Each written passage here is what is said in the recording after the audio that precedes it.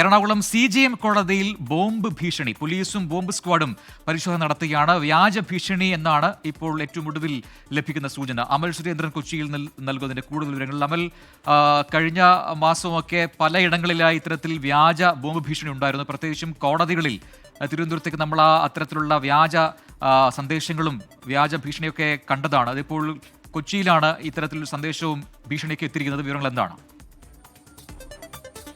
പ്രജിൻ, ഒരു ഇടവേളയ്ക്ക് ശേഷം ഇത്തരത്തിലുള്ള വ്യാജ ബോംബ് ഭീഷണികൾ സജീവമായി തുടങ്ങിയിരിക്കുകയാണ്.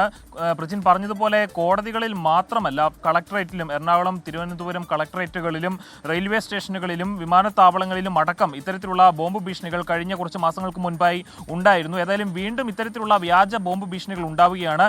ഇന്ന് 2 മണിയോടുകൂടിയാണ് എറണാകുളം ജില്ലാ കോടതിയിൽ ഇത്തരത്തിലുള്ള ഒരു ബോംബ് ഭീഷണി ഉണ്ടായത് എന്ന് നമുക്ക് അറിയാം. ഏതായാലും 2 മണിയോടുകൂടിയാണ് ഇത്തരത്തിലുള്ള ഒരു ബോംബ് ഭീഷണി ഉണ്ടായത്. ഇതേ തുടർന്ന് പോലീസും ബോംബ് സ്ക്വാഡും കോടതിയിലെത്തി പരിശോധനകൾ നടത്തി. ഏതായാലും ഈ ഒരു ഭീഷണിയിൽ കഴമ്പില്ല എന്ന് തന്നെയാണ് ഇപ്പോൾ നമുക്ക് അധികാരികളിൽ നിന്ന് മനസ്സിലാകുന്നത്. പ്രജിൻ.